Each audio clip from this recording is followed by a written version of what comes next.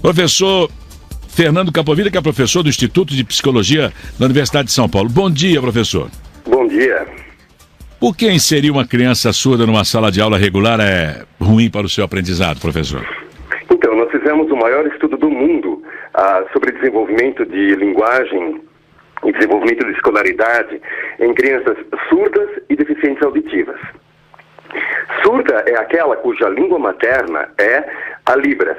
Deficiente auditiva é aquela cuja língua materna é português. Por quê? Porque no caso da criança surda, tipicamente a perda é profunda e pré-lingual, ou seja, antes dos 2 anos de idade, ou em torno dos 2 anos de idade. E no caso da deficiência auditiva, a perda é posterior ou não tão profunda, mas severa ou moderada. Muito bem. A língua materna, a Libras, deve sempre ser usada para educar, escolarizar a criança surda desde o ensino infantil no nível maternal até o 5º ano do ensino fundamental. É essencial que o ensino-aprendizagem de qualquer criança se dê na sua língua materna. Isso também ocorre no caso do indígena. A Libras é a língua materna e é usada como metalinguagem, como instrumento para a aquisição do português. Muito bem. O português escrito, ou seja, a habilidade da criança surda de ler e escrever o português é o que vai possibilitar a ela aprender a fazer leitura orofacial. Olha que interessante. o Ministério da Educação acredita em duas falácias, não é? A primeira falácia é que a criança surda possa aprender português por leitura orofacial na sala de aula comum. Não pode. A criança surda só faz leitura orofacial quando ela adquire leitura e escrita alfabéticas, quando ela é alfabetizada, e ela é alfabetizada mais facilmente na escola bilíngue. Por quê? Porque a escola bilíngue constitui uma comunidade linguística sinalizadora da sua língua materna primária. Muito bem. A segunda falácia em que crê a Secretaria de Educação Especial do Ministério da Educação é a de que, colocando intérprete, se resolve o problema na sala de aula comum.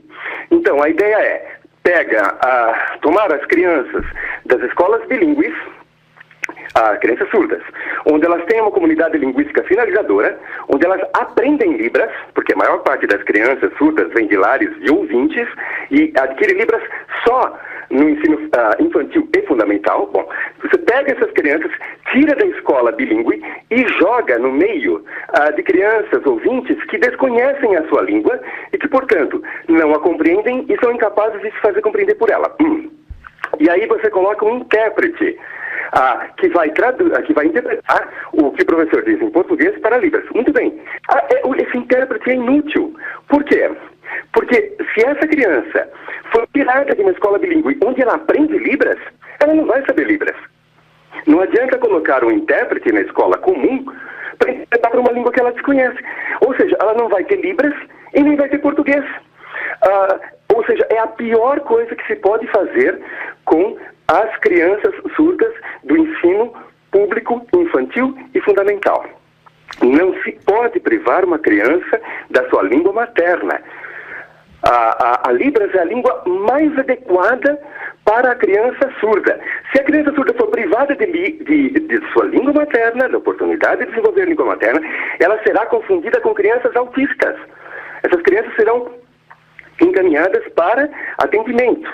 Então, elas desenvolverão problemas de natureza neuropediátrica, neuropsiquiátrica. Não se priva uma criança da sua língua materna, da oportunidade de desenvolver a língua materna. Por isso que, fascinantemente, o Instituto Nacional de Educação de Surdos, criado originalmente como Instituto Real de Educação de Surdos Mudos, por Dom Pedro II, há mais de 150 anos, né? Essa instituição, renomada internacionalmente, né, que é responsável pela manutenção viva da língua de sinais brasileira, muito bem, a Secretaria de Educação Fundamental disse que iria fechar. O Ministério da Educação disse que iria fechar tanto o INES quanto o Instituto Benjamin Constant. Isso é impensável, inadmissível. É uma perda irreparável para a educação brasileira, para a cidadania brasileira, para a cultura brasileira. São patrimônios intocáveis, que devem ser mantidos intocáveis. Bem, então nós conduzimos o maior estudo do mundo, inclusive com a Prova Brasil e a Provinha Brasil. E nós descobrimos o quê? Que a população escolar surda tem um desempenho superior na Prova Brasil, na Provinha Brasil, quanto mais Libras ela sabe. Ou seja, crianças de escola bilíngue, em que aprendem, portanto, em Libras e português, têm desempenho superior de leitura e escrita do português, bem como desempenho escolar superior e desempenho superior nas próprias provas do INEP, do Instituto Nacional de Estudos e Pesquisas Educacionais Anísio Teixeira, a Provinha Brasil e a Prova Brasil, FAEB. Ou seja, não se faz aquilo que eles estão pensando em fazer. O surdo não é deficiente auditivo. Ele tem uma diferença linguística, que é a Libras, a sua língua materna. O professor, o que pensam sobre o tema os pais de filhos surdos? Os pais são unânimes. Eles estão apavorados. Eles são extremamente preocupados com a perda da escola dos seus filhos. Eles sabem que os seus filhos não conseguem compreender o que as professoras falam em sala de aula. Por quê? Ou porque não há intérpretes, ou porque eles próprios não têm Libras suficientes. Ou porque não há léxico em língua de sinais ainda para contemplar todo o conteúdo escolar. Então não se faz isso. Os pais estão ao lado dos seus filhos, que dizem: mãe, pai, a gente não consegue compreender o que a professora fala. Eu não entendo, é confuso, eu acho que eu sou burro, não é? E, então, essas crianças perdem autoestima, perdem estímulo para aprender, né? Se embotam e depois vão...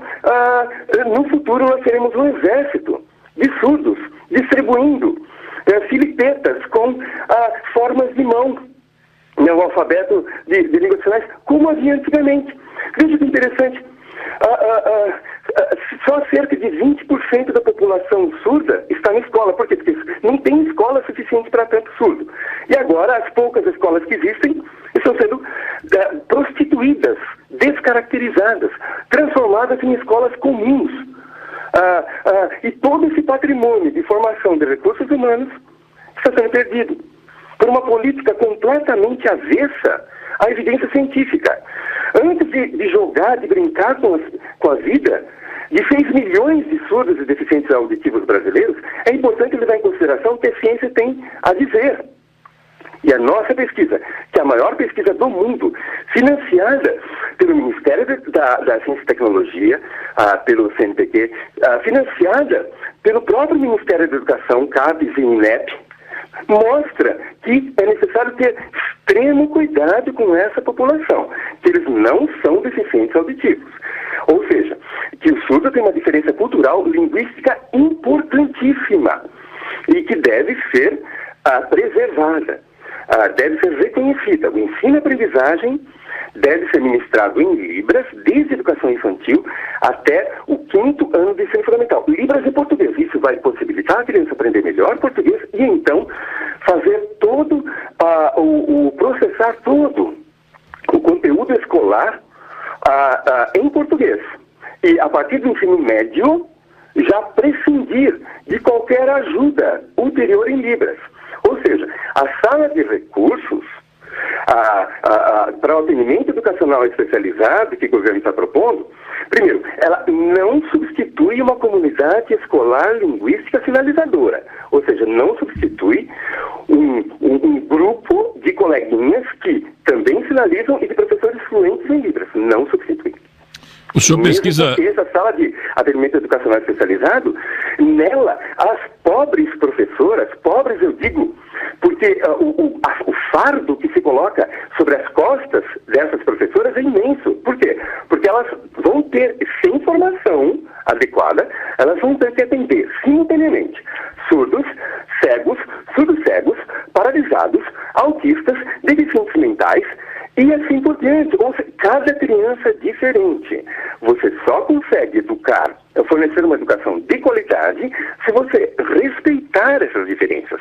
E a ciência existe para nos mostrar o que é necessário fazer com cada um desses grupos de crianças. E eu trabalho com todos eles. Eu sei que para criança com paralisia cerebral, por exemplo, é preciso usar sistemas de comunicação alternativa. As técnicas de alfabetização dessas crianças são totalmente diferentes daquelas necessárias para os surdos. E professores não devem ser especializados numa área ou noutra. E os alunos devem ser agrupados para quê? Para que haja ensino-aprendizagem eficaz, para que não seja fingimento, para que a inclusão escolar não seja só uma carta de boas intenções, uma fachada para inglês ver, mas seja uma realidade que efetivamente beneficie a criança. O senhor pesquisa o tema desde 2001, né? Não, então, nossa pesquisa na área de deficiências em geral é desde 1989, não é? Deficiências em geral, desenvolvendo sistemas de comunicação para crianças com paralisia cerebral, para detecção precoce e prevenção de dislexia, para crianças afásicas, com vários tipos de lesão cerebral, e com surdos especificamente, desde 1993. Nós publicamos. A Libras, até o nosso trabalho, era um idioma completamente não documentado do ponto de vista acadêmico, científico. Nós publicamos o Dicionário Enciclopédico Ilustrado Trilingue da Língua de Sinais Brasileira, que foi reconhecido como um dos melhores do mundo e homenageado em Washington pela Gallaudet University. Nós recebemos o prêmio Jabuti por esse trabalho. Esse nosso dicionário foi distribuído a 70 mil crianças surdas de ensino público do Brasil. Né? Mas, recentemente, nós produzimos enciclopédias e novas edições do dicionário, mas essas novas edições do dicionário estão paradas. Por quê? Porque existe uma ideia tosca de certos assessores da Secretaria de Educação Especial de que toda criança é igual, toda criança é criança. Então basta colocar as crianças juntas que elas vão aprender e se comunicar. Muito bem, coloque uma criança surda, uma criança cega, uma criança paralisada e uma criança autista no meio de outras 36 crianças e veja como elas se comunicam. Não dá. Cada criança tem necessidades específicas. Por isso que nós alfabetizamos cegos, nós alfabetizamos surdos e nós alfabetizamos surdos cegos. Em cada um desses 3 quadros é completamente diferente o cabedal, o arsenal de recursos de que nós nos valemos para conseguir fazer um trabalho bem feito. Okay. E é imprescindível que o Ministério da Educação comece a se orientar pelos dados da pesquisa científica sobre o que funciona e o que não funciona. Não é? Então, esse é nosso principal objetivo. Tá bom. De que a pesquisa que é feita pela Universidade Brasileira com financiamento governamental, essa pesquisa ser científica de ponta, de peso, rigorosa, seja empregada para orientar políticas públicas eficazes, eficientes, que respeitem as crianças com as suas diferenças. Que ela seja levada efetivamente a sério. Professor Fernando Capovilla, muito obrigado pela sua entrevista. Foi mais um desabafo do que uma entrevista, né? Não, em verdade, eu falo em nome de 6 milhões de surdos, deficientes auditivos e de seus pais. E quero deixar a ênfase com que eu falo é a paixão necessária para que a gente faça um estudo dessa magnitude, desse peso que envolve um sacrifício muito grande de mais de uma centena de pesquisadores, extremamente dedicados e amorosos, que querem efetivamente fazer valer a cidadania, a educação e a cultura brasileiras. Esse tipo de paixão, esse tipo de heroísmo é exatamente o que o Brasil precisa para acabar com uma atitude blasé, tosca, de que nós somos terceiro mundo. Nós não somos. Nós brasileiros temos valor, nós temos que ter orgulho, nós temos que ter espinha dorsal, nós temos que ter sangue quente, idealismo e nos envolver nas questões do nosso país, para resgatar, para salvar as crianças que são o nosso futuro. Então, a ênfase com a qual eu falo é simplesmente a paixão pelo trabalho e a satisfação profunda de nós termos descoberto a saída para um grande drama de milhões de crianças brasileiras. Muito obrigado pela atenção. Obrigado. Bom dia, professor. Bom dia.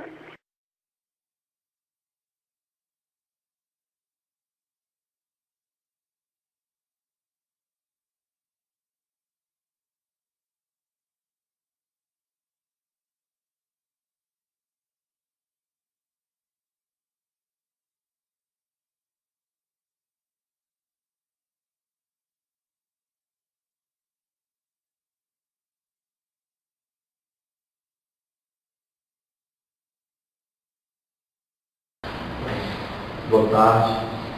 Minha contribuição para esse seminário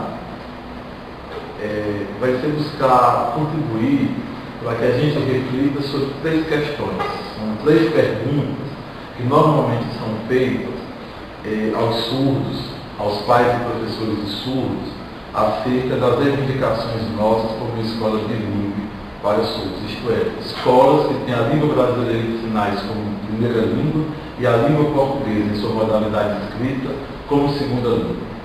As 3 perguntas normalmente são as seguintes: os surdos querem escola especial? A comunidade surda está lutando nesse momento pela manutenção das tradicionais escolas especiais para surdos?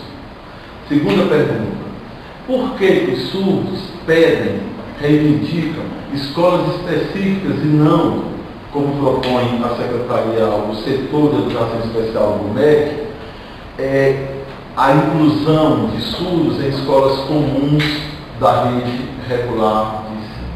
E terceira pergunta: será que a criança surda, o jovem surdo, estudando em escolas específicas para surdos, será que esse jovem, essa criança não estará sendo privado do convívio com a diversidade humana que está presente exatamente nas escolas regulares, nas classes comuns? Eu pretendo demonstrar que essas três questões partem de premissas falsas. A primeira pergunta: os surdos querem escolas especiais? Não. Toda a luta dos surdos brasileiros, dos surdos do mundo todo, sempre foi contra as escolas especiais para surdos. Por quê? Porque as escolas especiais para surdos, no último século, desde a vitória do oralismo contra a língua de sinais, foi uma escola terapêutica cujo fundamento era o fundamento clínico, era a ideia de que a tese de que os surdos devem estar organizados em escolas especiais para surdos, porque os surdos têm uma deficiência e eles têm que frequentar uma escola que os ensine a falar. Ou seja, o que caracteriza a escola especial para surdos é que ela é uma escola oralista. Nessa escola, o critério de aglutinação e de enturmação dos alunos é o critério médico da deficiência. O objetivo, o escopo dessa escola é a habilitação à fala. Isso quer dizer, não havia muita diferença entre essa escola e uma clínica fonoaudiológica. Os surdos sempre lutaram contra isso. Por quê? Porque o movimento surdo sempre lutou pelo reconhecimento legal das línguas de sinais, tanto no Brasil como em outros países, da língua de sinais como primeira língua do surdo e, portanto, como aquela língua em que o surdo tem direito a ter sua instrução, a ter sua educação. Então, a luta dos surdos pelo reconhecimento das línguas de sinais foi sempre uma luta contra a escola especial para surdos. Essa, sim, foi uma escola segregadora. Enquanto a maioria das crianças estavam aprendendo a contar, a calcular, a ler, escrever e aplicar, gerações inteiras de surdos na sua infância foram colocadas em escolas especiais que a maior parte do tempo era utilizada na habilitação à fala. Os prejuízos do ponto de vista educacional para gerações inteiras são imensos. O que é a escola bilíngue para surdos?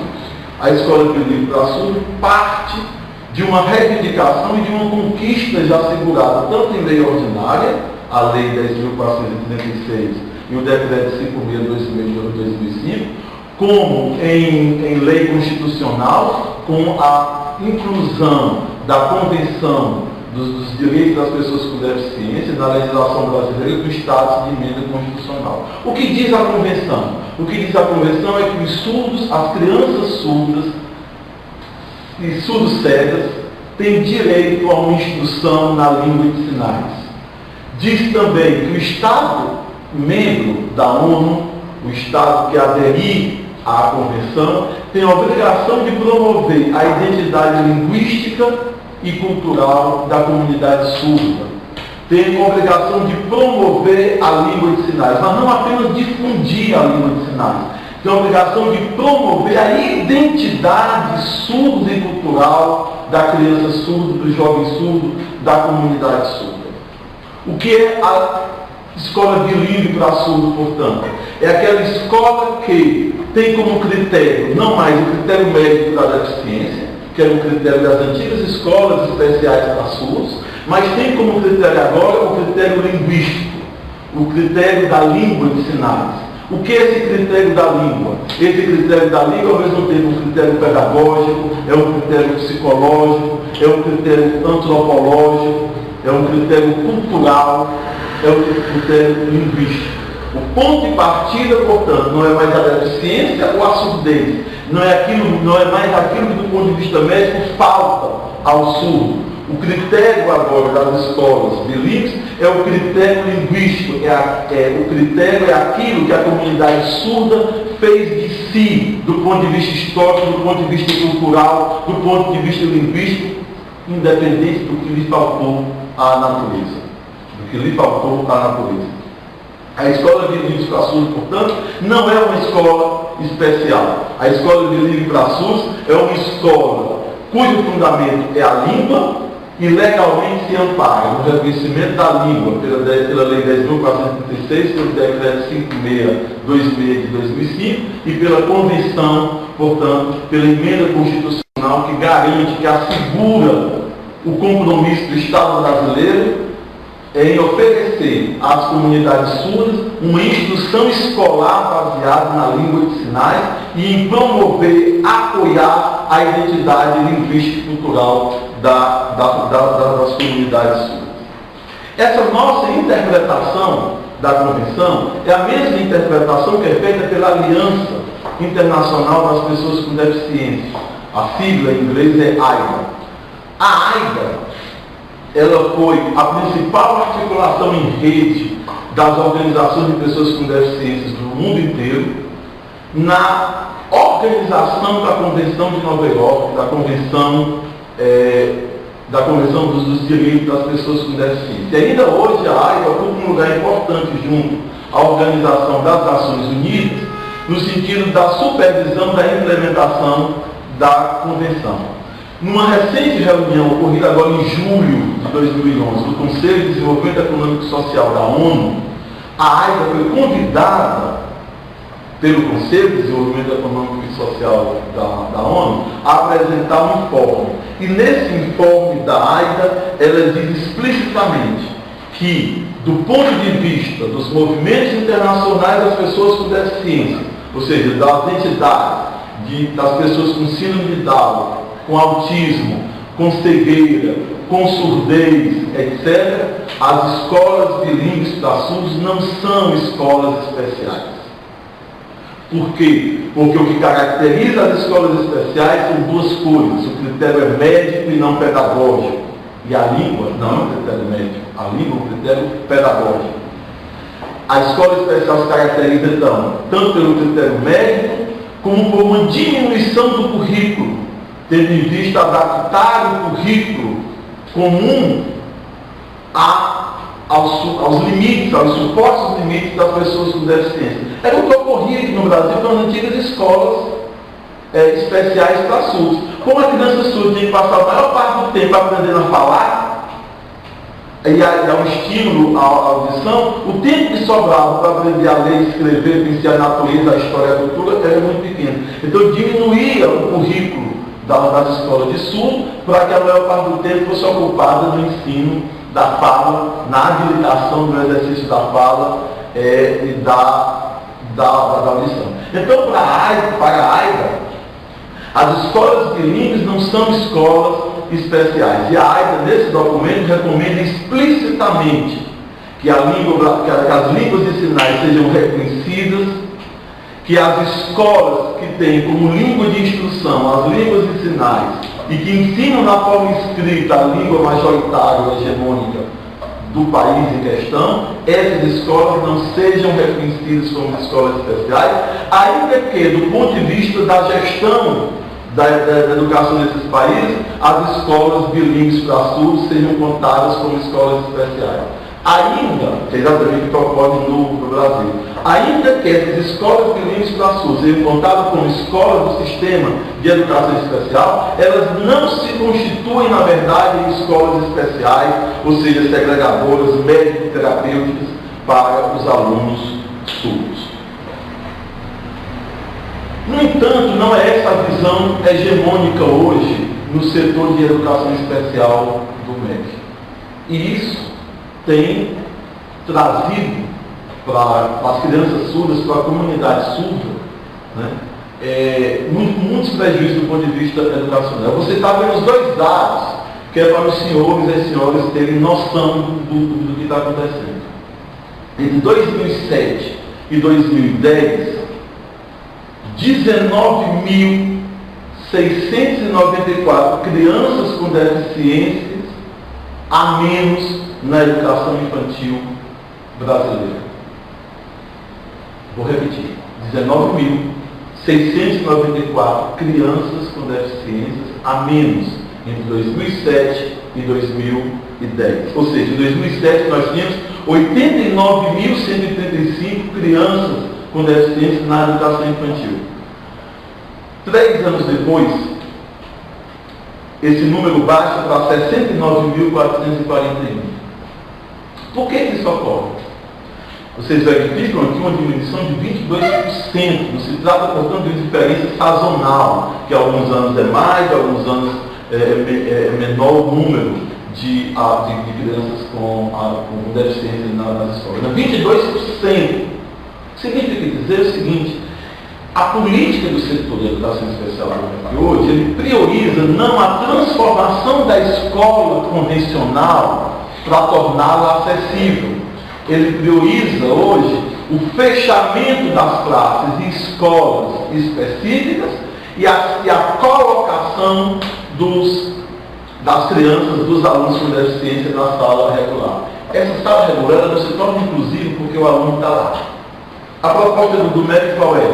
Não, é que no contraturno ele vai ter o atendimento educacional especializado. Nós vamos conversar mais um pouco sobre isso logo adiante. O que eu posso já antecipar é que essa ideia do AEE com atendimento educacional especializado não resolve a seguinte questão: qual é a experiência da criança, o que a criança está fazendo no turno principal, qual é a experiência dela em sala de aula. No que diz respeito à criança surda, é simples. Antes das crianças surdas, um grande número de crianças surdas estavam frequentando escolas em salas de aula em que a instrução era dada na língua de sinais. E essas crianças agora são colocadas em salas de aula em que elas não convivem nem com outras crianças surdas, nem com adultos surdos, em que ela não se comunica com outras crianças nem com os professores. Essas crianças ficam segregadas em sala de aula. Essas crianças não estão frequentando a sala de aula. Porque chega um momento que ninguém aguenta passar 20 horas, 22 horas, 25 horas por semana numa sala de aula que não entende o que está sendo dito, o que está sendo conversado ali. E não adianta o atendimento educacional especializado por conta de tudo. Particularmente se a gente tiver em vista que a primeira língua do surdo é a língua de sinais, a gente pode compreender, então, não é difícil a gente compreender que ninguém pode adquirir e desenvolver a sua língua apenas enquanto tudo. Mas esse é um assunto ao qual eu vou logo voltar. O que eu quero chamar a atenção é o seguinte: que essa política, portanto, de expropriação da criança e do jovem surdo da sua língua, essa retirada do seu direito inalienável a poder ter uma língua e usufruir uma língua, fez com que, entre 2006 e 2009, houvesse uma exclusão, uma expulsão do sistema escolar de 15.216 alunos surdos. Eu quero chamar a atenção para isso porque isso é fundamental.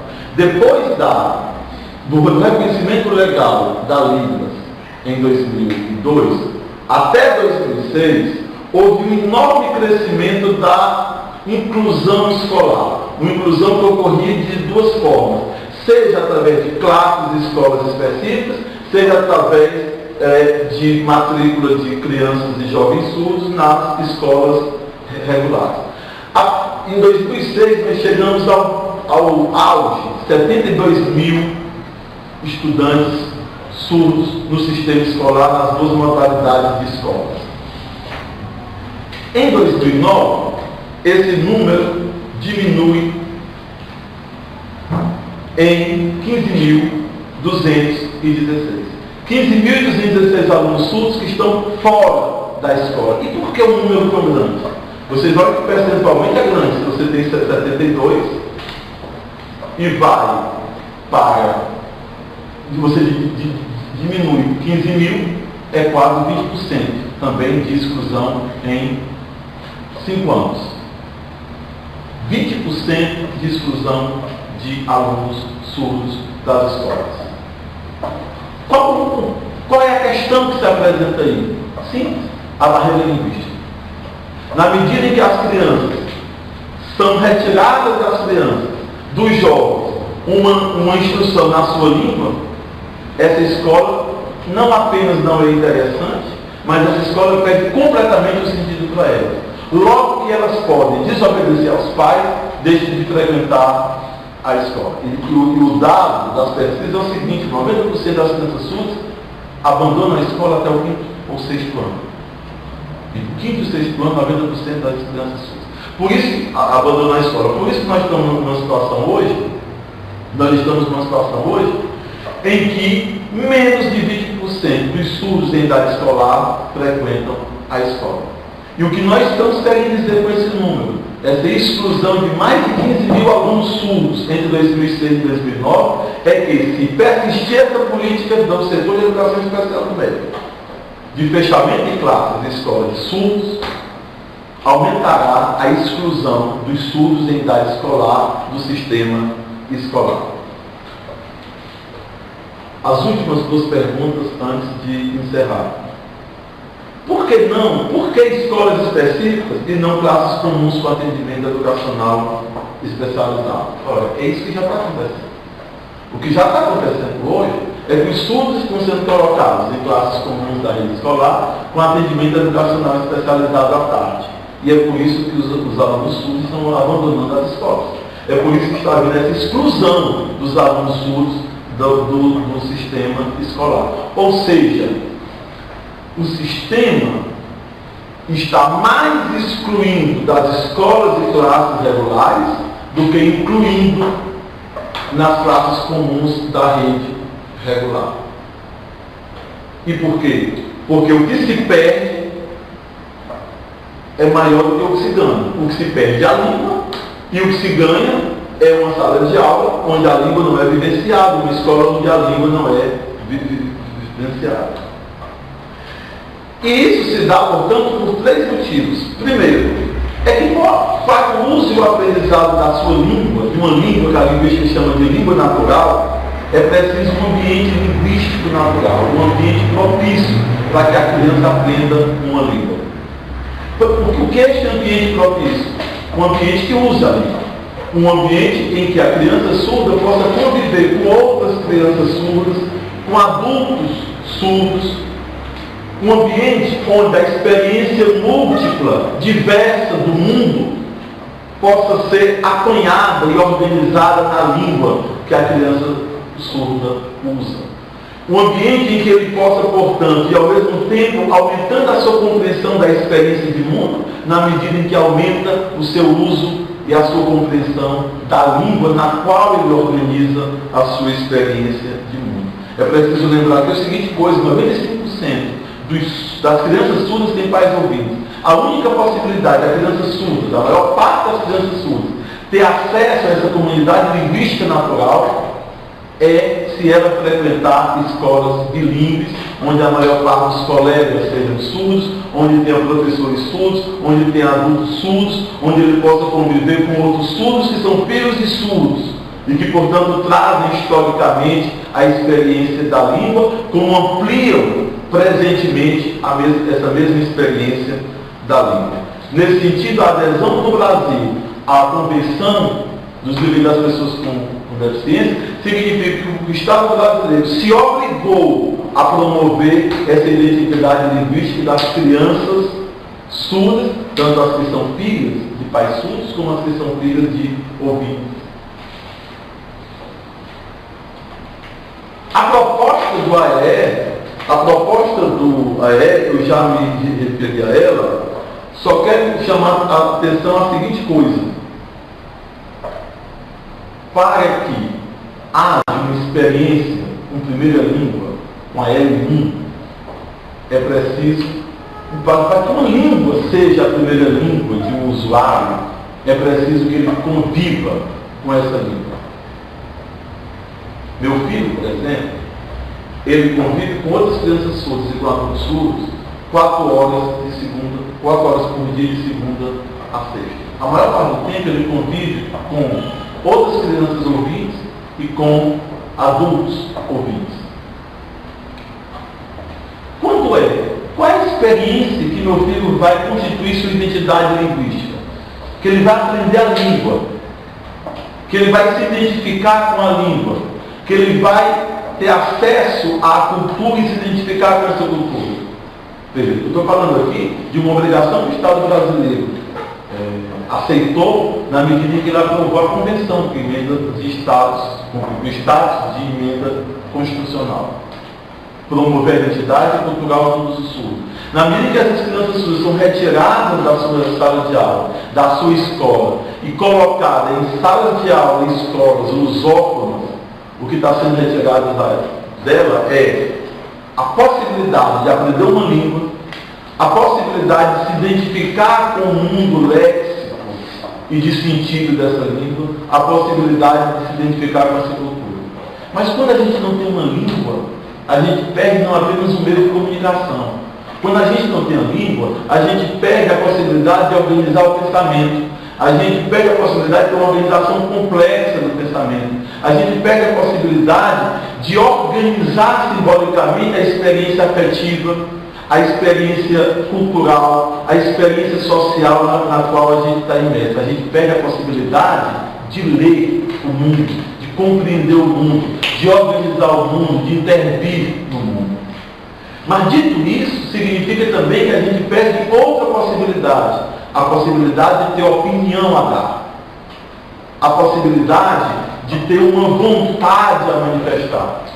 Ou seja, os mais fundamentais direitos constitucionais do cidadão, ou os mais elementares direitos da pessoa humana, são-lhe retirados quando não é propiciada à criança ou o jovem surdo a aquisição, desenvolvimento, uso pleno da língua.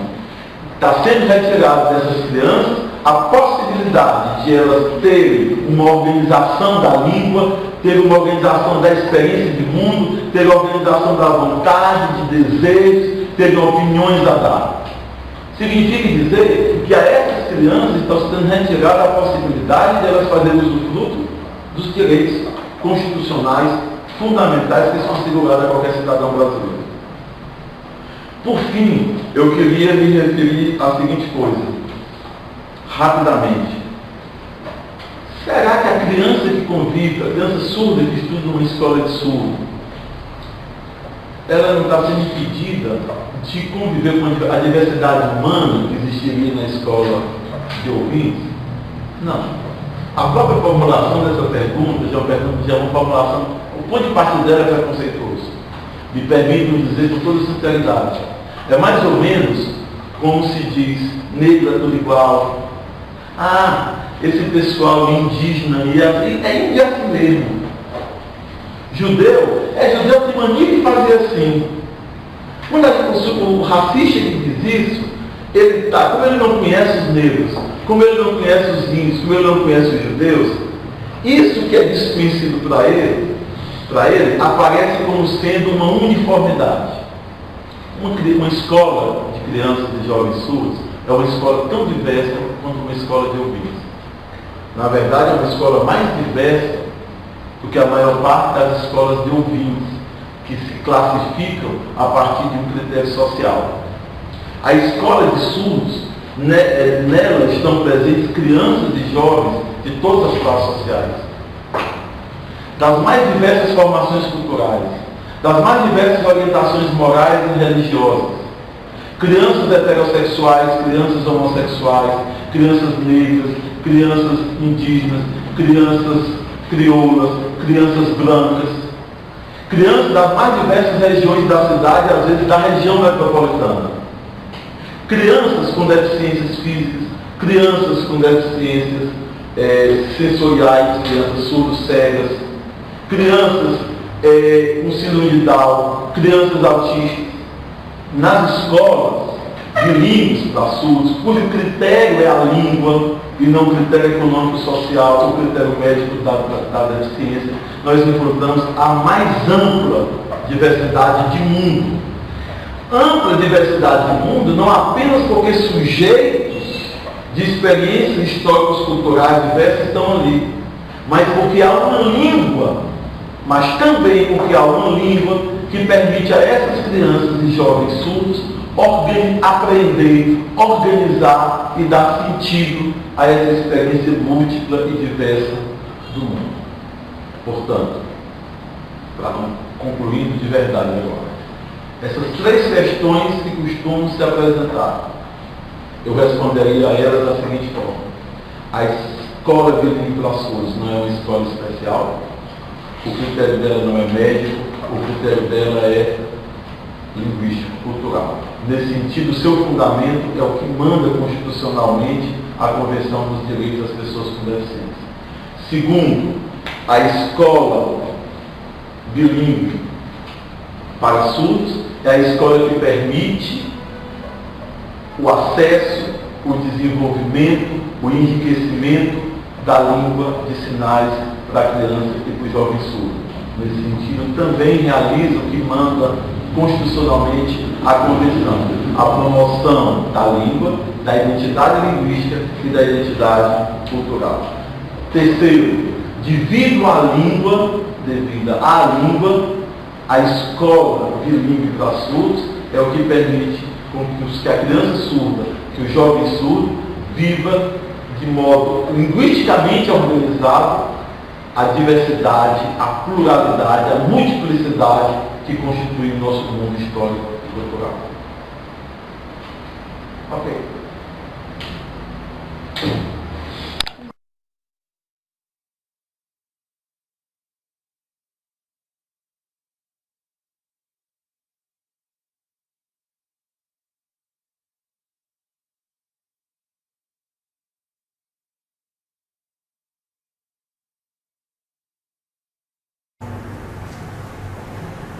Boa noite, eu me chamo Maura Corsini Lopes, sou pesquisadora do Grupo Interinstitucional de Pesquisa em Educação de Surdos, meu sinal é assim, e gostaria de contar um pouquinho para vocês as pesquisas que o grupo de pesquisa vem realizando.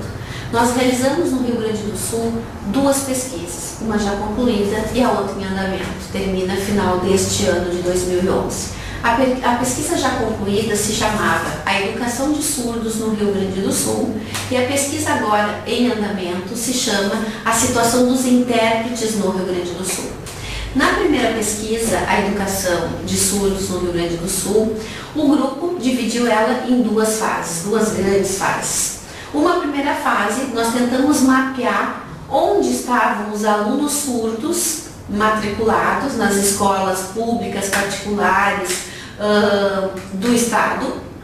Também levantamos documentos de escolas, projeto político-pedagógico, plano de estudos, para tentar encontrar nestes documentos como a escola tem se preparado, como ela prevê a entrada de um sujeito na escola que é um representante de uma outra cultura, de uma outra comunidade, a comunidade surda, a cultura surda.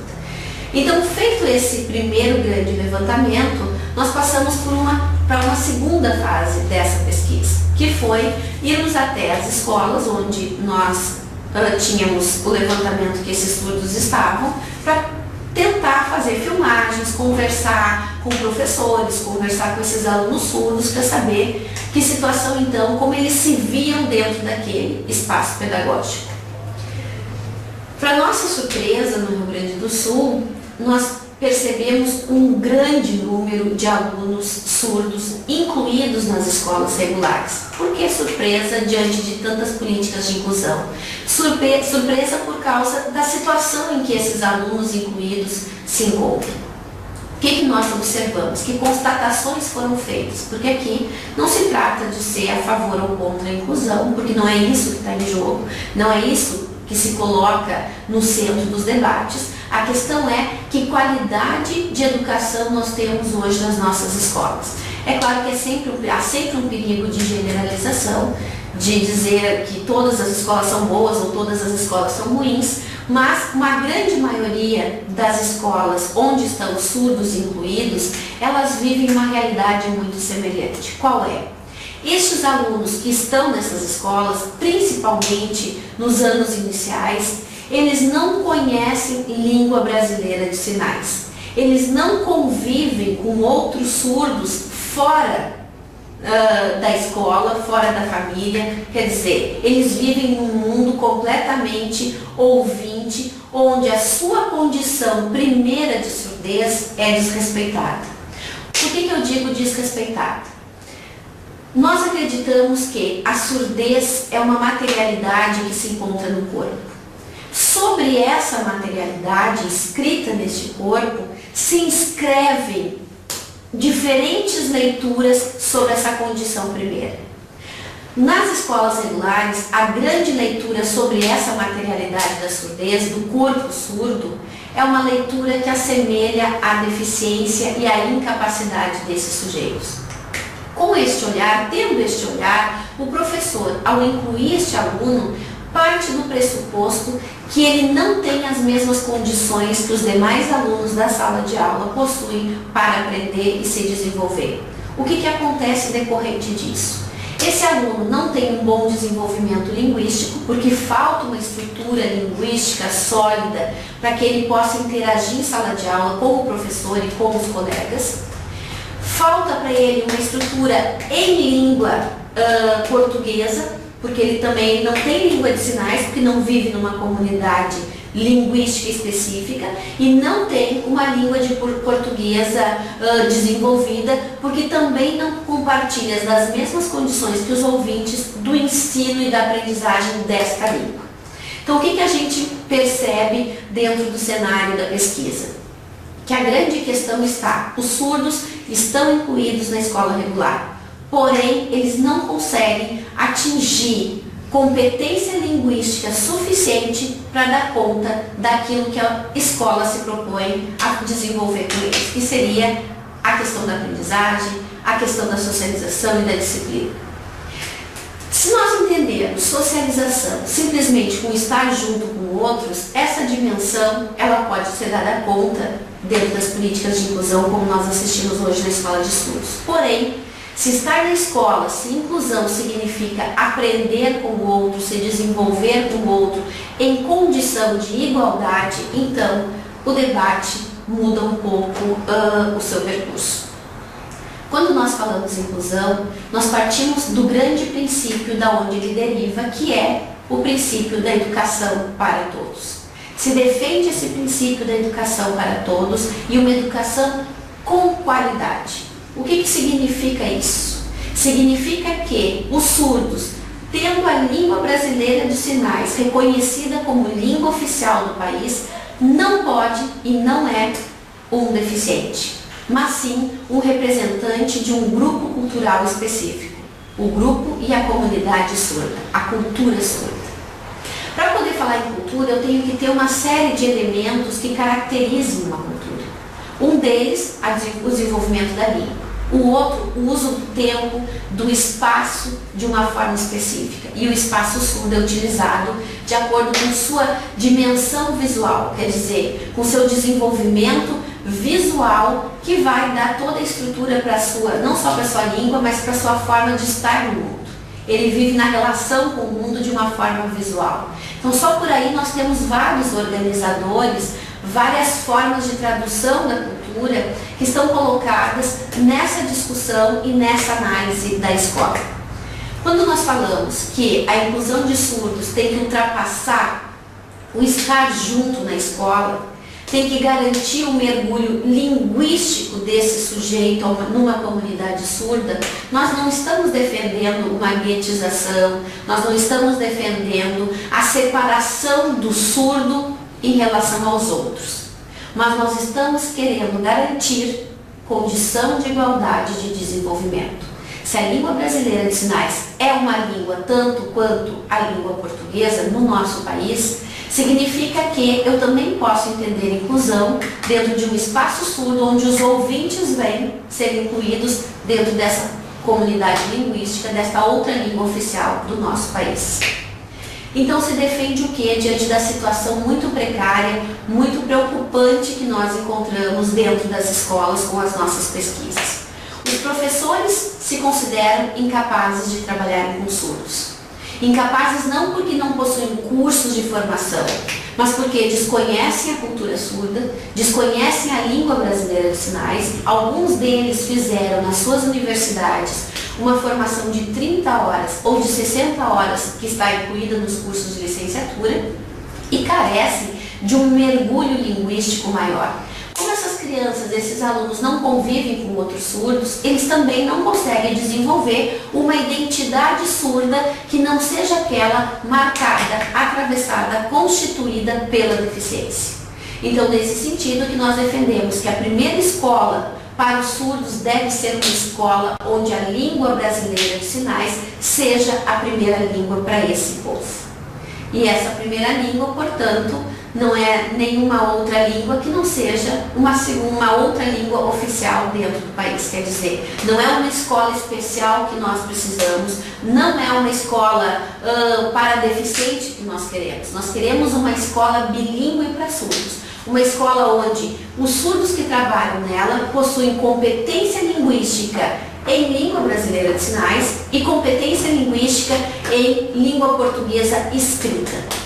E os ouvintes que forem trabalhar nessa escola também possuam competência nas duas línguas, ou seja, na língua portuguesa e na língua brasileira de sinais.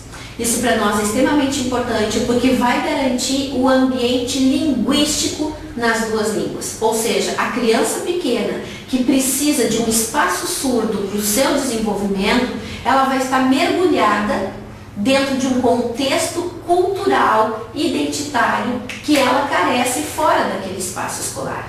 Infelizmente, no Brasil, nós não temos uma política maior de orientação para outros espaços, inclusive o espaço clínico, para que esses sujeitos possam ser encaminhados desde muito cedo pelo médico, por outros especialistas, para a convivência com outros surdos. Nós ainda orientamos os surdos para a convivência entre ouvintes porque nós partimos do pressuposto da deficiência, partimos do pressuposto da anormalidade. Se nós falamos de inclusão, se nós defendemos o princípio da escola para todos, que o GIP se filia, nós não podemos entender, então, a deficiência como pautando o desenvolvimento desse sujeito. A segunda pesquisa, que foi derivada dessa primeira, da situação dos surdos no Rio Grande do Sul, a segunda pesquisa, portanto, os intérpretes nas escolas do Rio Grande do Sul, eles se organizam de tal forma que nos deixou também muito preocupados. Em que sentido preocupados? Na primeira pesquisa, nós levantamos um total de 92 intérpretes nas escolas gaúchas. Como nós trabalhamos na área como professores, estamos muito próximos da realidade escolar, o grupo de pesquisa está próximo dessa realidade, nós desconfiamos desse número de 92 intérpretes atuando nas escolas. E fomos então buscar onde estão esses intérpretes. O que acontece?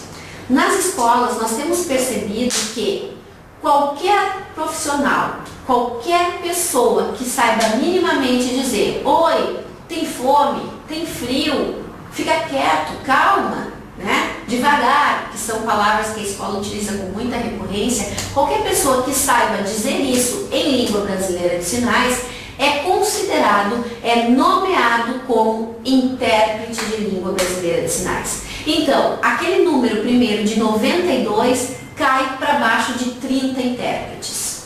O que nós vimos também nesses intérpretes que estão nas escolas? A sua competência linguística e a relação que ele mantém com o professor e o aluno.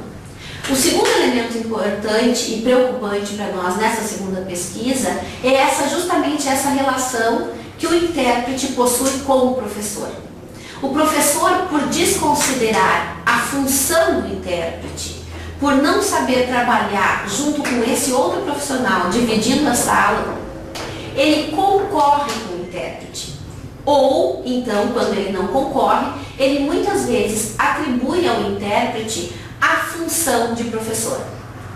Nós temos, inclusive, exemplos de intérpretes que chegam para trabalhar na escola e recebem uma caixa de giz, porque aquele dia é o dia que ele vai dar aula e vai aliviar a situação do professor que está dentro da sala de aula. O que acontece? Como o intérprete, muitas vezes, é aquele que mantém um contato mais direto com o aluno surdo, porque o professor ignora aquele sujeito no sentido linguístico dessa questão, né, do ignora linguisticamente esse sujeito, o intérprete faz um laço afetivo com essa criança muito forte. E essa criança acaba, sim, ignorando muitas vezes o professor, porque ele vai se relacionar diretamente com o intérprete. As suas perguntas, as suas dúvidas escolares, ele faz diretamente ao intérprete. E o intérprete, pressionado pela condição da falta de conhecimento do professor, pela exigência do aluno e pela demanda pedagógica da aprendizagem, ele acaba muitas vezes, ao invés de fazer o papel de interpretação, tradução do professor, ele faz o papel de professor, porque ele acaba ensinando aqueles sujeitos dentro da escola o conteúdo escolar. Então, há uma confusão de papéis muito grande que acaba confundindo a situação desses alunos. A grande maioria dos alunos incluídos, eles não possuem intérpretes e também não adiantaria ter intérpretes na escola. Por quê? Porque como eles desconhecem, como eu disse e vimos na primeira pesquisa, como eles não são usuários da língua brasileira de sinais, não adianta colocar o intérprete. E aí também tem muitos argumentos políticos que nos dizem: ah, vai ser ótimo então que o intérprete entre na escola porque ele vai ensinar Libras ao surdo. Não.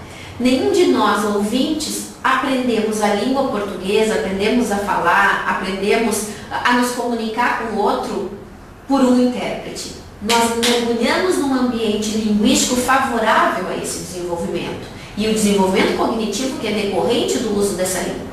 Os surdos, eles muitas vezes estão relegados a aprender a sua própria língua, que é a língua de sinais, a partir de um profissional intérprete, ou seja, não num ambiente linguístico favorável. Então, qual é a reivindicação que se faz? Se a gente deseja inclusão com dignidade, com competência, com direito à igualdade de acesso e de permanência na escola, nós lutamos sim por uma escola bilíngue. Por quê? Porque acreditamos que este é o ambiente favorável para que essa inclusão aconteça. É dando competência linguística e comunicação e condição de dizer de si, de dizer por si o que deseja ser dito, é que nós vamos conseguir colocar ouvintes, surdos e outras diferenças que nós podemos ter em condição de igualdade, de diálogo, de relacionamento uns com os outros. Portanto, essa é a grande justificativa da escola bilíngue. Escola bilíngue não como segregação, não como educação especial, não como escola especial bilíngue, mas como escola bilíngue, porque nós falamos aqui de uma segunda língua brasileira, que é a língua brasileira de sinais. Portanto, se eu tenho um usuário, repito, se eu tenho um usuário que eu reconheço essa língua como língua oficial do país, nada mais justo para ele e legal para ele que oferecer condição de igualdade de desenvolvimento. Portanto, condição de igualdade não é estar todos no mesmo tempo, na mesma sala de aula, sem condição de desenvolvimento linguístico, mas é garantir o primeiro desenvolvimento linguístico numa escola bilíngue, para depois oferecer um outro tipo de escola, junto com ouvintes, com a presença do intérprete, cada um sabendo bem a sua função, o professor sabendo qual é a sua tarefa, que é o de ensinar, sabendo a Libras, porque é muito bom que a Libras tenha entrado nos currículos das licenciaturas, né? Então o professor sabendo pelo menos minimamente a Libras, ele também pode explicar diretamente para o aluno aquilo que ele deseja. E o intérprete ser utilizado quando a explicação for para o grande grupo.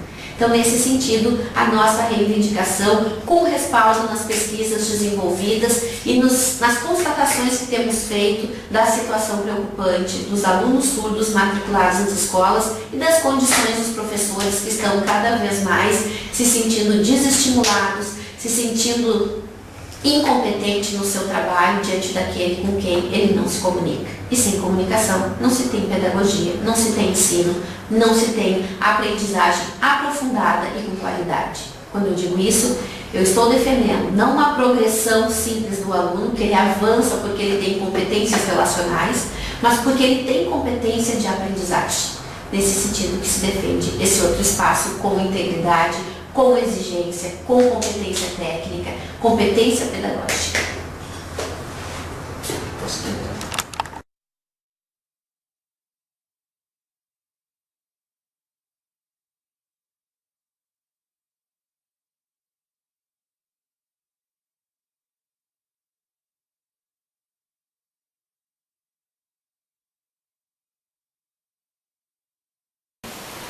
Porto. Meu nome é Marilena Chauí e eu sou professora de filosofia na USP. E também participei de muitos movimentos sociais, de muitos movimentos populares na luta pela democratização do Brasil. E por esse motivo, eu dou uma importância fundamental aos movimentos sociais. Eles são o coração de uma democracia. Por quê? A democracia é uma forma de sociedade que é capaz de criar novos direitos e de garantir direitos. E os movimentos sociais são justamente aqueles que propõem a afirmação, a criação e a garantia de novos direitos. O movimento dos surdos se coloca exatamente nessa condição, de um movimento social que possui um conhecimento das condições reais dos surdos e que tem as suas demandas próprias e que por isso não pode de maneira nenhuma ser atropelado pelo governo, atropelado pelo Estado, atropelado pelo Ministério da Educação, por melhores que sejam as intenções do Ministério. É preciso compreender que as medidas relativas à educação, como garantia de direito, têm que obedecer e, de alguma maneira, seguir a orientação daqueles que serão educados. O movimento dos surdos sabe exatamente como se dará uma verdadeira inclusão. A inclusão só será feita se, pelo aprendizado, pela educação, os surdos tiverem uma posição igual ao dos não surdos. E, portanto, a inclusão se fará depois do processo educacional. O risco de fazer uma inclusão no processo educacional, tornando homogêneos todos os estudantes, é produzir o resultado contrário, é produzir exclusão. Então, eu tenho 3 propostas.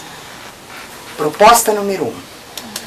O Ministério da Educação deve atender à reivindicação e à demanda do movimento dos surdos a respeito do que eles entendem pela educação que devem receber e a forma de inclusão para a qual eles se preparam.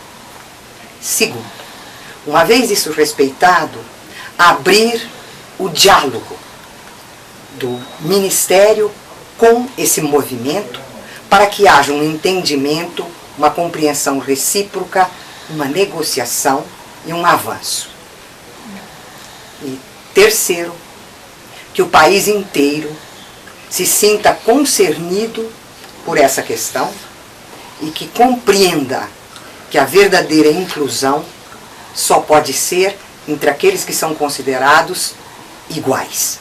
E essa igualdade é exatamente o que o movimento dos surdos está propondo com a sua educação própria. O caso de Helen Keller fala por si mesmo. O que teria acontecido com ela se ela tivesse sido jogada numa instituição onde ela seria tratada como qualquer outro, quando na verdade ela tinha demandas próprias, sentimentos próprios e uma vida a ser levada. É isso que precisa ser considerado uma verdadeira democracia.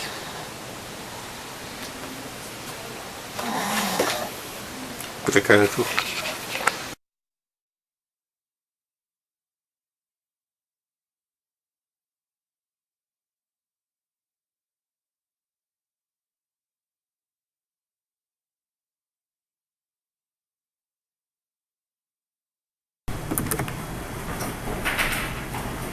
Olá, meu nome é Gladys, meu sinal é esse.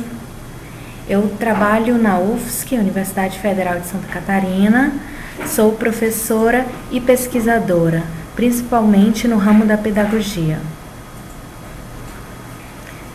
Foi divulgada a pesquisa do professor Capovilla sobre crianças surdas, onde ele prova que os surdos aprendem através da Libras.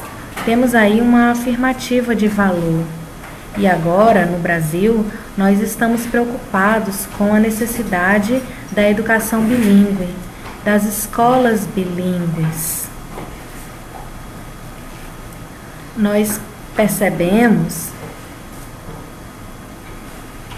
que é uma pedagogia diferenciada, que é uma pedagogia bilíngue. E nós temos essas pesquisas diferenciadas, não apenas no mundo inteiro, mas são propostas não apenas no Brasil, mas no mundo inteiro, de que não se trata de uma pedagogia oralista, mas não é uma pedagogia oralista onde os surdos tiveram um ensino prejudicado. Uma pedagogia específica, com um caminho específico, uma pedagogia que é cultural. E que também os índios, os quilombolas, a educação de campo e outros grupos têm pesquisas sobre pedagogias específicas. E dentro de várias universidades já foi pensado e pesquisado, mas nós precisamos nos unir forças em prol da formação de professores para atuar dentro das escolas bilíngues para surdos. Esses professores, eles precisam trabalhar em prol da educação de surdos, de uma pedagogia cultural, de uma pedagogia bilíngue. Nós estávamos pensando aqui no Brasil, aqui na UFSC, pensamos há algum tempo atrás, trabalhamos dentro do Letras Libras e pensamos em criar o curso de pedagogia bilíngue aqui na UFSC, mas nós tivemos muitos problemas porque temos uma demanda de tempo bastante grande dentro da UFSC e o curso de pedagogia bilíngue acabou ficando para segundo plano, a criação desse curso. Então, nós estávamos pensando como trabalhar essa questão. E houve uma ideia de se criar no campus da Palhoça, no IFSC, Instituto Federal de Santa Catarina, que é uma entidade universitária, o curso de pedagogia bilíngue, onde se pesquisasse sobre o desenvolvimento dos surdos. Há pouco tempo foi criado no IFSC o curso de produção de materiais didáticos bilíngues. É um curso de 1 ano, um curso dentro do IFSC, um curso universitário muito bom. E esperamos que o curso está sendo preparado pelo professor Vilmar Silva, que é o profissional responsável por coordenar esses cursos dentro do IFSC, que está sendo preparada a criação do curso de pedagogia bilíngue dentro do campus bilíngue de Palhoça. Provavelmente vai ser um curso à distância e que vai apoiar diversas escolas de surdos. Nós precisamos formar professores para atuar na educação de surdos. Não podemos esperar, precisamos apoiar esse movimento dos surdos. Esse campus da Palhoça do IFSC, ele vai ser muito importante dentro desse movimento onde surdos e ouvintes poderão estudar, se tornar proficientes em língua de sinais. Eu estou muito feliz e torcendo para que esse curso seja criado, esse curso de pedagogia bilíngue aqui em Santa Catarina, que o Brasil possa se desenvolver cada vez mais na educação de surdos, para que a educação de surdos possa melhorar, que nós podamos transformar a pedagogia oralista numa pedagogia própria para surdos e que não haja prejuízo na educação de surdos. Nós podemos andar por outro caminho, o caminho da educação específica, de uma pedagogia cultural. E é uma pedagogia que em diversas universidades já tem pesquisadores trabalhando sobre isso, pesquisando sobre esse tema. A pedagogia bilíngue, que é uma pedagogia específica, uma pedagogia cultural, que atua na especificidade da pessoa surda. Nós sabemos que há diversas especificidades de pedagogia e uma delas seria essa pedagogia bilíngue para crianças surdas. É um projeto inovador que está em desenvolvimento e que vai fortalecer a formação do professor surdo, e eu acredito que é possível fazer isso aqui no Brasil, com a comunidade surda. Isso não é algo que nós pensamos agora, nós já temos pensado nisso há algum tempo, essa preocupação com o professor surdo, com a formação em uma pedagogia bilíngue. Então estamos pensando e sempre sonhando, desejando que isso se torne realidade. Vamos esperar que aconteça realmente.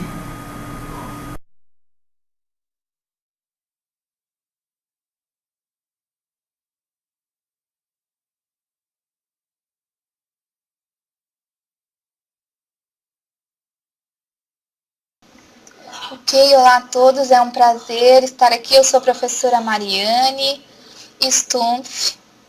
Eu sou professora da Universidade Federal de Santa Catarina e trabalho com a coordenação geral do curso de Letras Libras à Distância. A minha responsabilidade é com os 15 polos no Brasil inteiro que estão dedicados ao curso de Letras Libras na formação de licenciatura, formação de professores e também na formação de bacharelado, que é a formação dos intérpretes. Nós temos 900 alunos, né, que daqui a um ano mais ou menos vão se formar.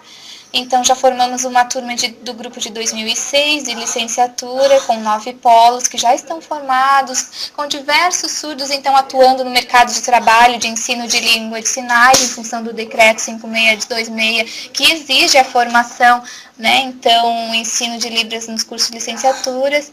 Então, a questão da importância da licenciatura e do bacharelado no ensino bilíngue é extremamente importante que o Brasil perceba isso, né? O MEC tem nos apoiado para a continuidade do curso de Letras Libras, mas nós estamos sofrendo com algumas limitações, com alguns impedimentos, e temos solicitado para todos os estados que nos apoiem para a luta em função de que o Letras Libras precisa continuar. Há necessidade de profissionais dessa área com certificação propícia, específica, para atuar no ensino bilíngue. Então, juntamente com o MEC e CAPES, nós criamos um programa, foi criada a UAB, a Universidade Aberta do Brasil, onde há um projeto com estrutura específica e critérios específicos que para Letras Libras, o ensino e bacharelado não é algo que esteja de acordo em função de o bacharelado não estar incluído nesse sistema, nessa estrutura. E nós precisamos que os dois estejam andando conjuntamente, em função de que o ensino seu intérprete, esse ensino bilíngue precisa também da presença do intérprete. Então, por isso a necessidade do curso de Letras Libras, na função, né, tanto para professores como para intérpretes, continuar. Então, é uma necessidade de respeitar essa questão. A gente tem discutido muito a respeito, pedindo o apoio de movimentos de vocês para que entenda essa diferença, que o curso de Letras Libras é um curso específico e é um curso de referência para os países fora do Brasil. Então, países que veem como referência o curso de Letras Libras. Então, para o ensino é importante. E na minha experiência como coordenadora do ProLibras, de certificação de intérpretes, eu percebi que nível médio e nível superior, né, a gente teve muita reprovação, sobretudo nessa área do ensino de Libras. Então, é por isso que a necessidade da continuidade do curso de Letras Libras, para que esses profissionais se especializem e tenham o conhecimento necessário, porque senão a gente vai ter uma perda significativa aí nesse contexto da educação. Então, eu peço para que vocês reflitam e lutem, pedindo por novas vagas de trabalho, pela continuidade do curso e pela qualificação desses profissionais através desses cursos para a educação bilíngue. E obrigada, então, pela atenção de todos, e era isso.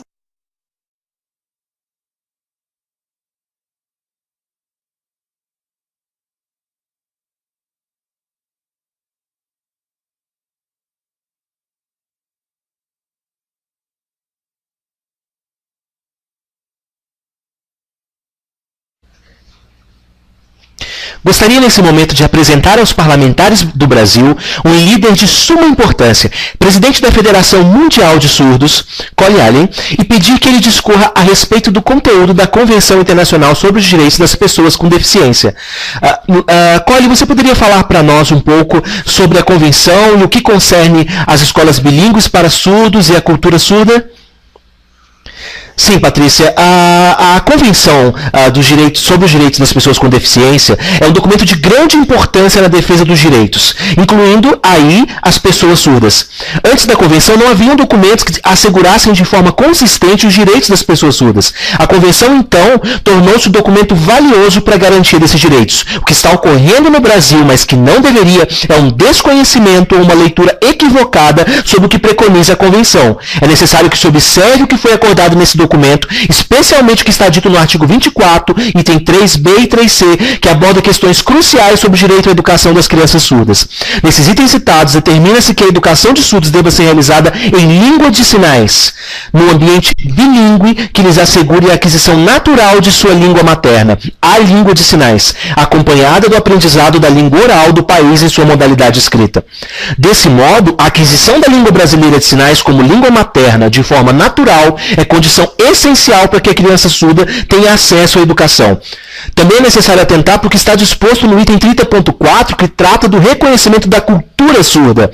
Nós sabemos que os surdos possuem uma cultura riquíssima, por isso não apenas a língua de sinais deve ser reconhecida, mas também a cultura surda deve ser preservada e promovida na educação de crianças surdas, que precisam desenvolver sua cultura juntamente com sua língua.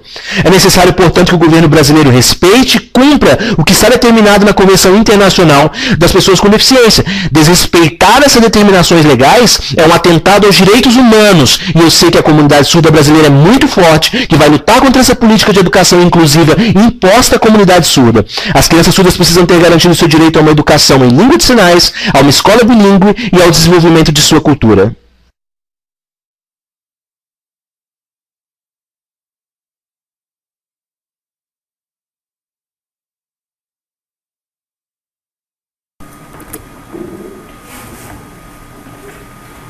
Patrícia, vou apresentar para vocês uma pessoa muito importante, Lisa, ex-presidente da Federação Mundial de Surdos, uma pessoa que trabalha há muitos anos junto ao movimento surdo e que trabalhou junto à Convenção da ONU na história dos surdos. Esse documento da Convenção da ONU é um documento muito importante e a Lisa vai contar para nós como foi a filiação à IDA. Olá, sou Lisa. A Federação Mundial de Surdos, ela tem trabalhado junto à comunidade surda, mas a ONU, por exemplo, ela não percebia essas comunidades, essas minorias linguísticas. No México, havia uma convenção das pessoas com deficiência e isso foi incorporado à Convenção da ONU, mas era um documento que falava sobre deficientes em geral, não tinha critérios específicos para pessoas surdas, falava sobre acessibilidade, comunicação, mas não falava sobre, por exemplo, língua de sinais, falava sobre deficientes de uma maneira geral.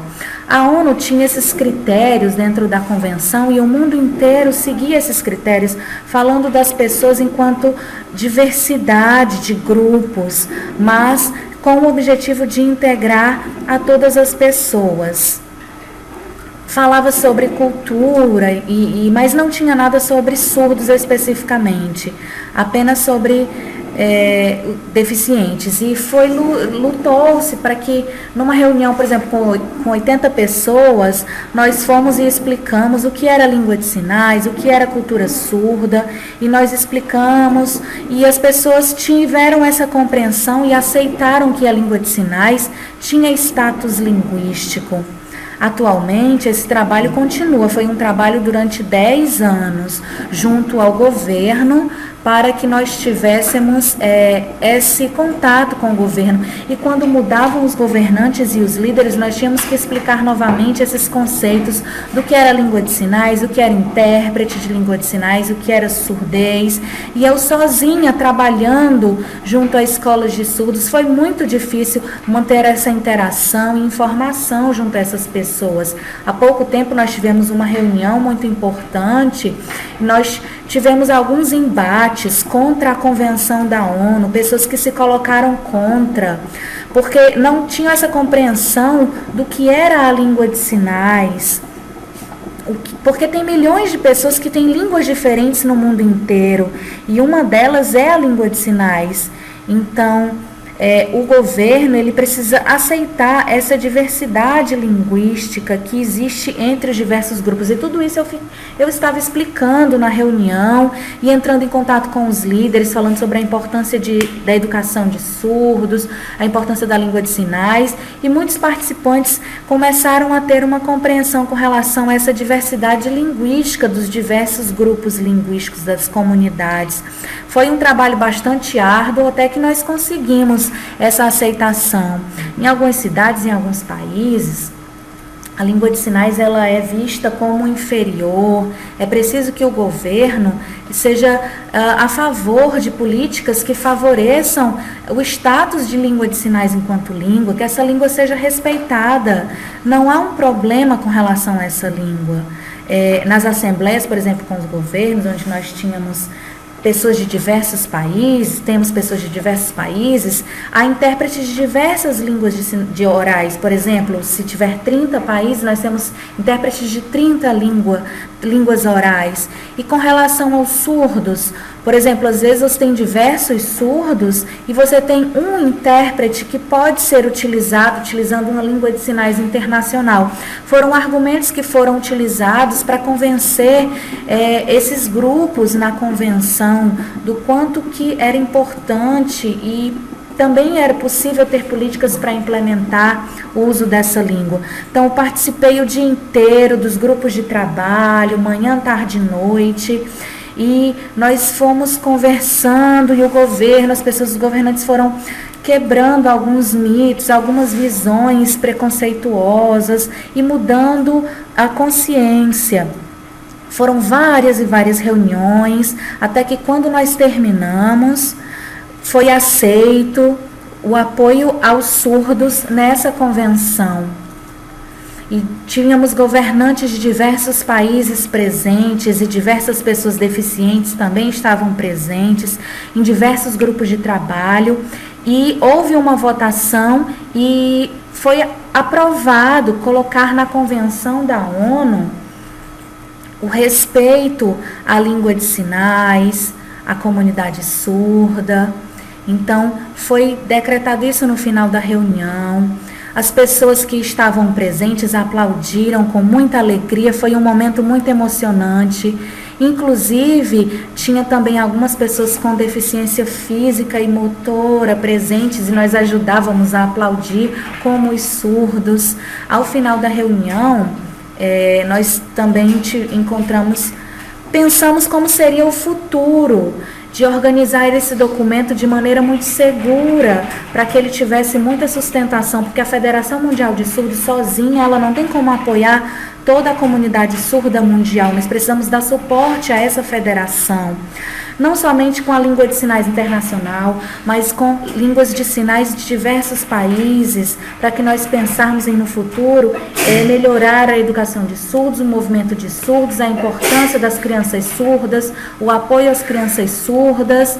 Nós temos várias pessoas desconhecem esses temas e nós precisamos divulgar isso, que está em convenção e é um direito.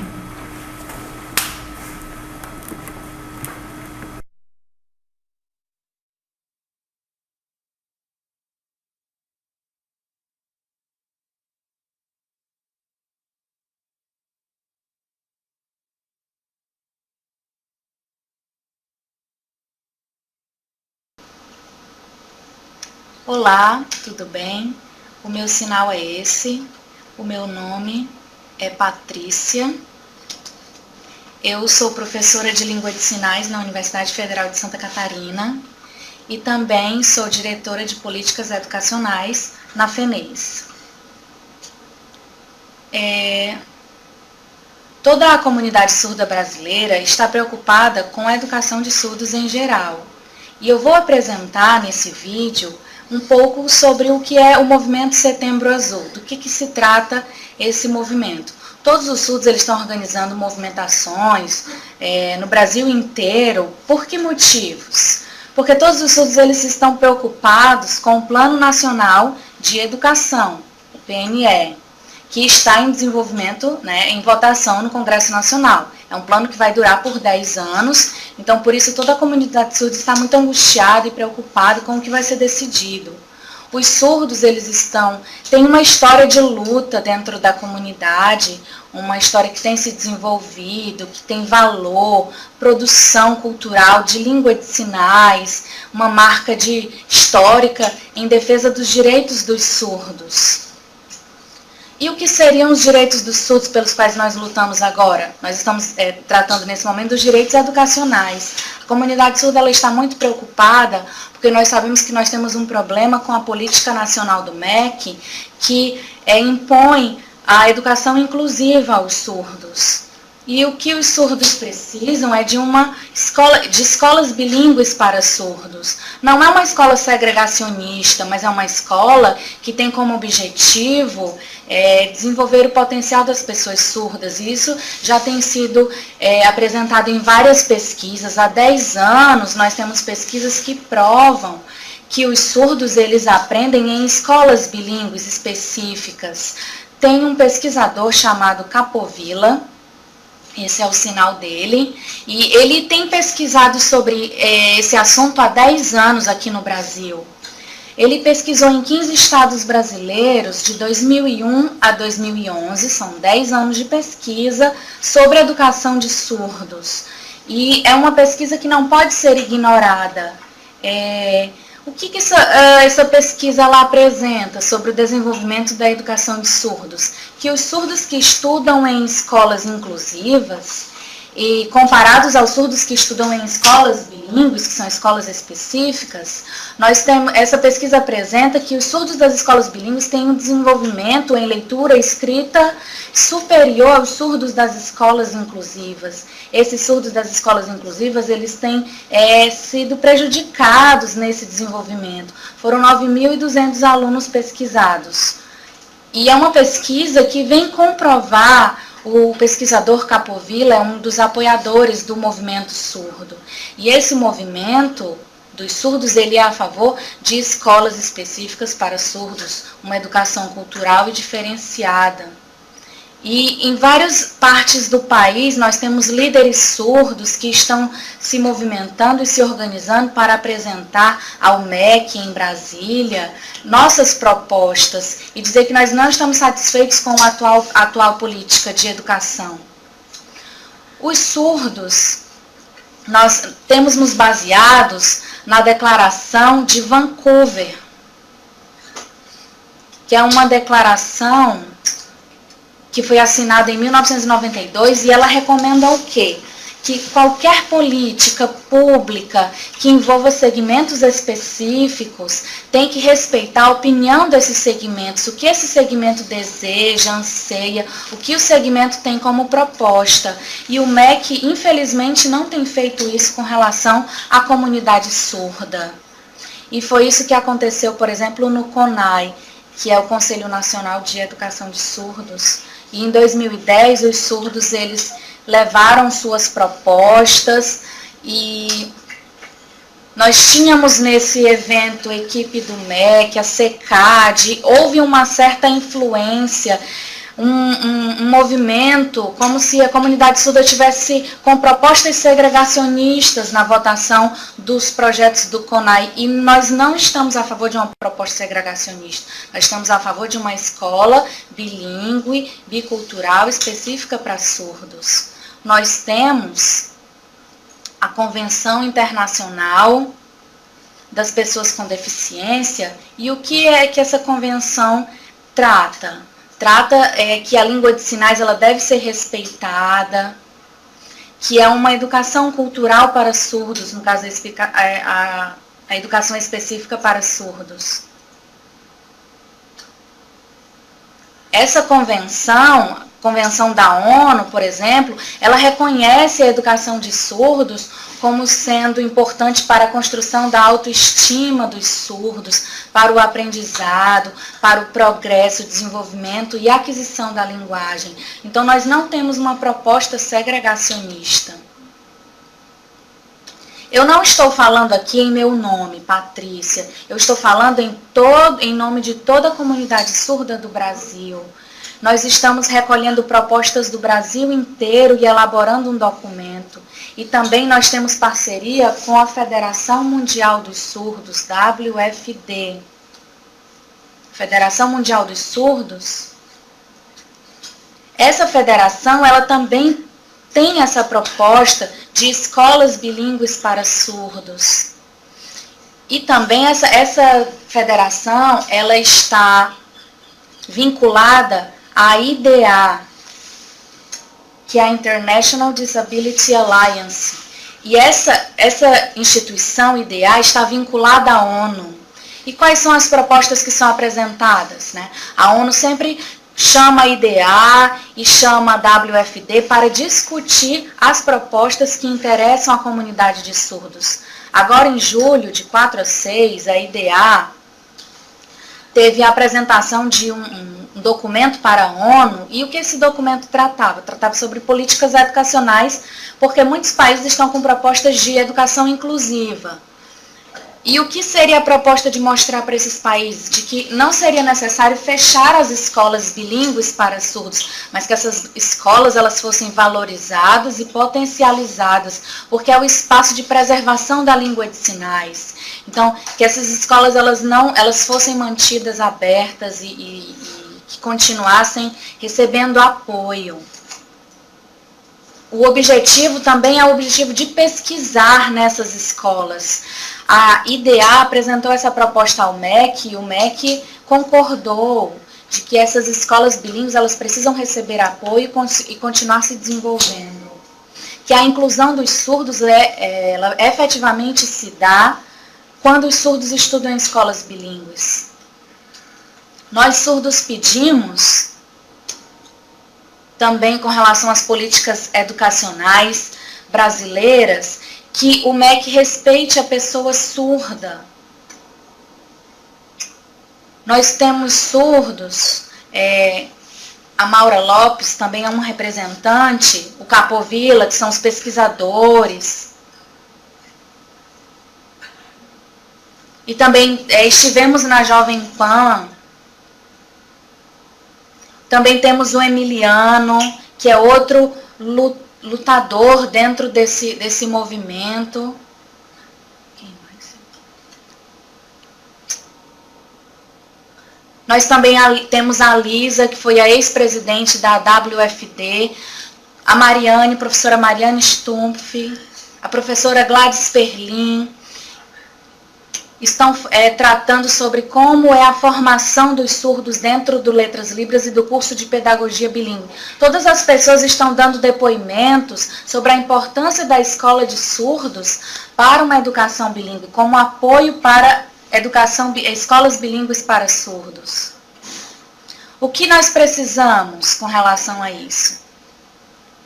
São provas que nós temos e base teórica, não são ideias aleatórias, mas nós temos sustentação teórica nos nossos argumentos. Nós temos grupos de pesquisadores surdos que têm tratado dessas questões ultimamente.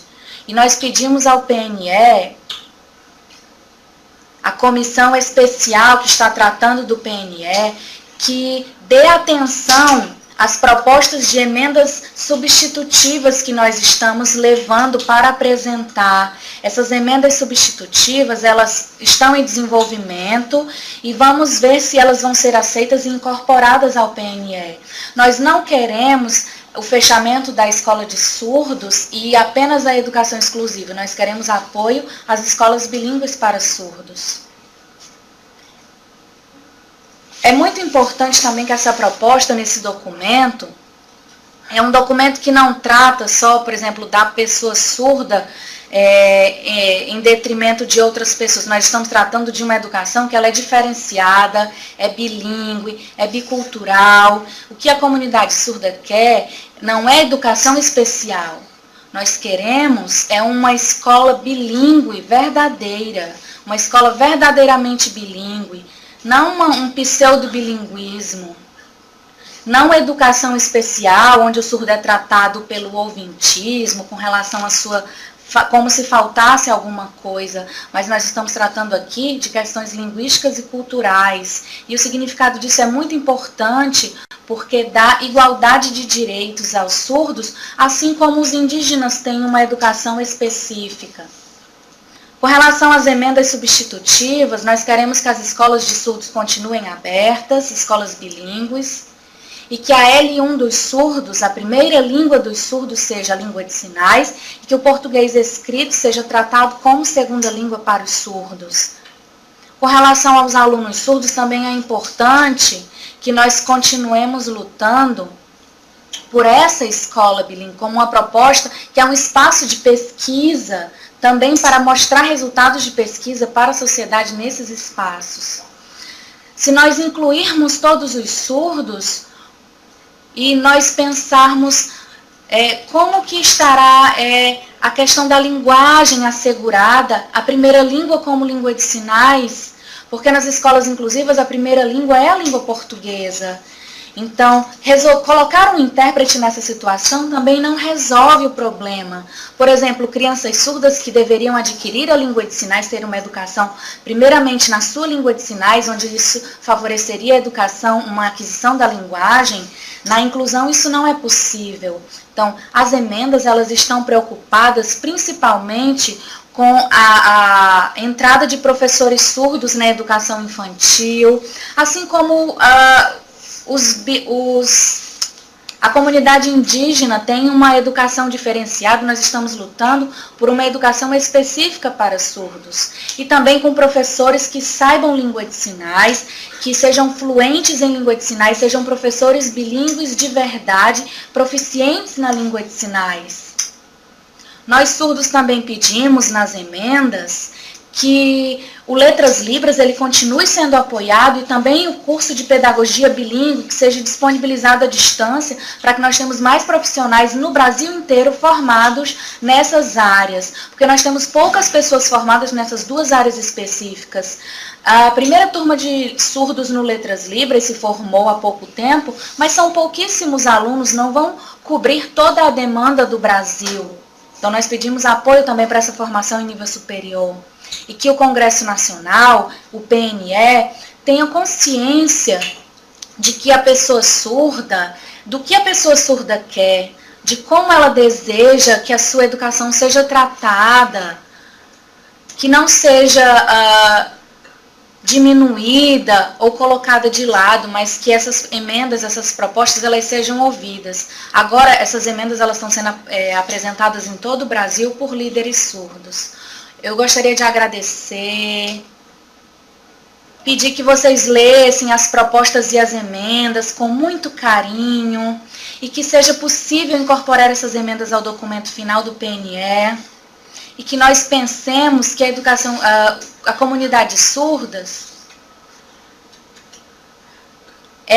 que nós sejamos ouvidos, assim como recomenda a Declaração de Vancouver. Muito obrigada também ao Ministério Público Federal, Estadual, à OAB, a todas as escolas, secretarias de educação no Brasil inteiro, estaduais, municipais, todos os representantes e líderes que têm participado desse movimento e respeitado o que a comunidade surda deseja. Muito obrigada.